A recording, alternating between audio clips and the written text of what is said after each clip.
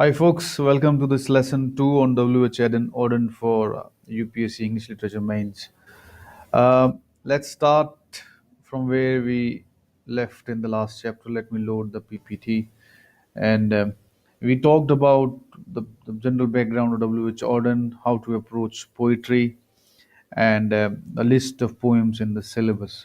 So we covered basic stuff to start our preparation. And now let's look. This is lesson two, part two of the lesson, and there is one more part to go. And so, just to recap, this is the list of poems in the syllabus, which obviously you already have.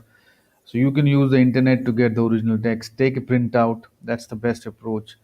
And whenever you're doing original reading, always make notes on the printout and try to capture your initial first-hand thoughts and opinions on it. We talked about how to approach poetry for the exam. So this is in this slide we'll talk about the topic that UPSC has given, which is poet of the 30s. So there's nothing. It's not a formal concept, but a lot of poets who were writing in the 30s, after the First World War and before the Second World War. So that was the decade, and it was an interesting decade. And Auden also talks about it, the clever decade, clever hopes of the decade in I think September 1939. So let's talk about why this is poet of the 30s.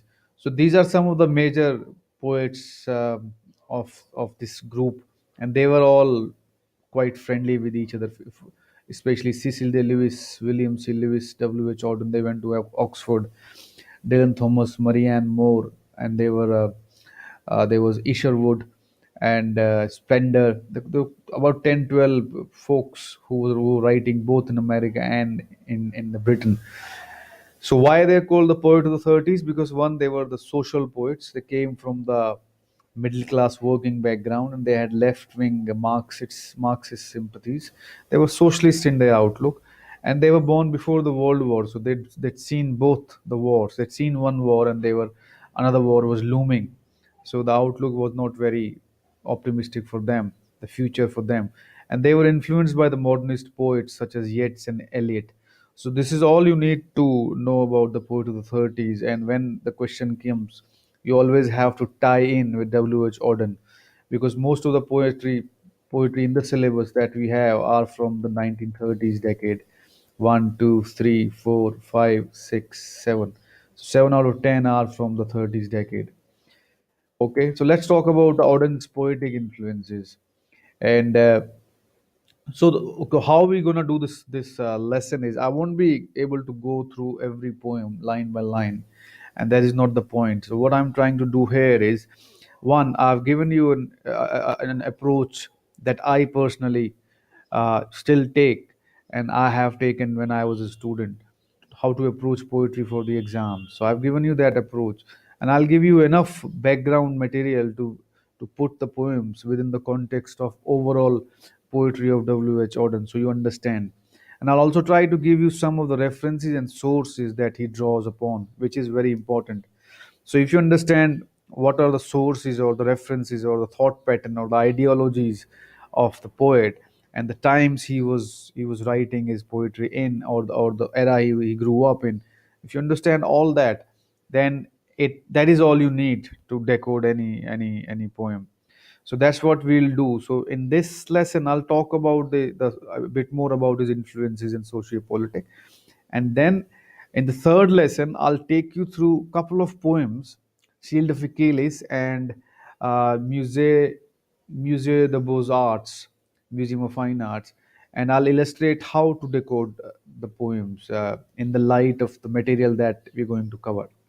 So, okay, this is important, that the understanding of the mythical past, oh, the poetic influences of any poet is, if you can understand this, then half the job is done. And you can, if you're able to spot the influences in various poems, so you understand that this is where the poet is coming from, and this is what he probably means. And everything that I'm telling you here, all I'll keep telling you if you need to read further. about this concept.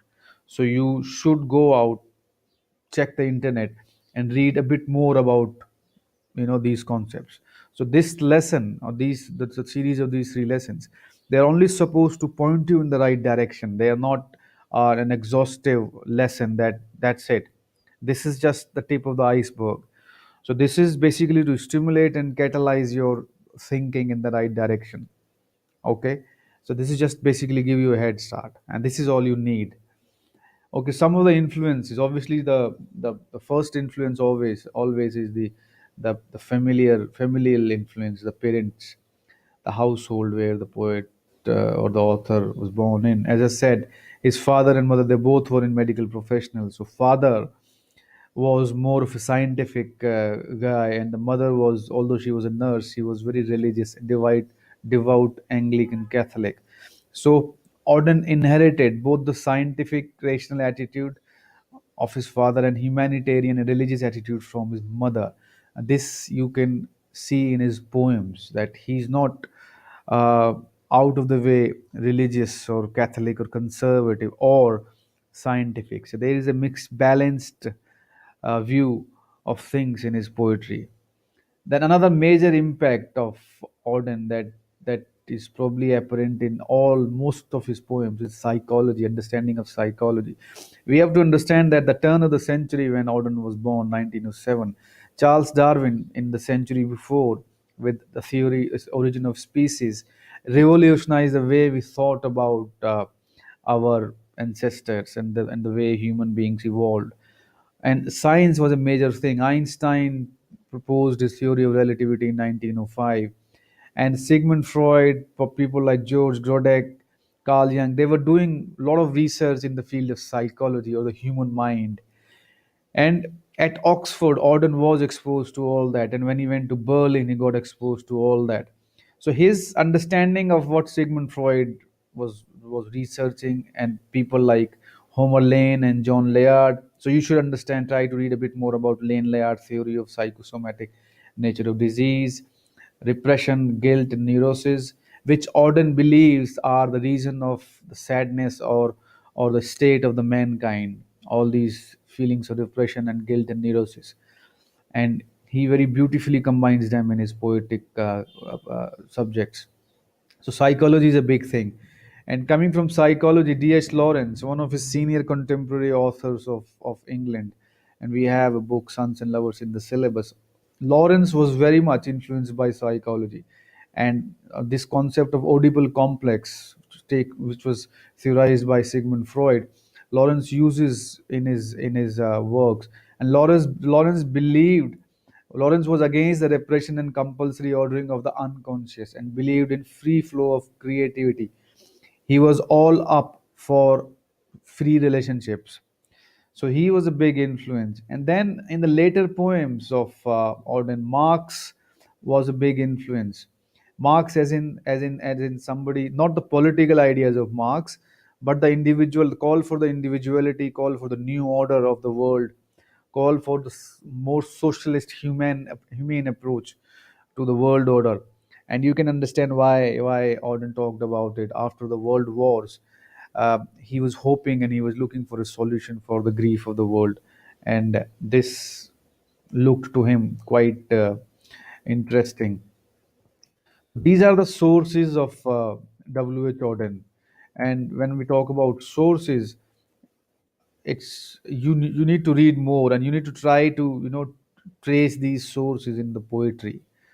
And for example, in Petition, you will find a lot of references to psychology. Petition, that first poem. And in the mix of religious and scientific, that you will find in most of his poetry, right? Especially in Consider. One of the poems, The Unknown Citizen, has a pretty interesting take on the conformist society and conformist citizen. Very almost Marxist poetry. Influence of D.H. Lawrence in his love lyric, Lay Your Sleeping Head, the lullaby, where he's talking to his lover, and the temporality of love, and how openly he talks about his relationships. So this is it for this lesson. See you in the next one.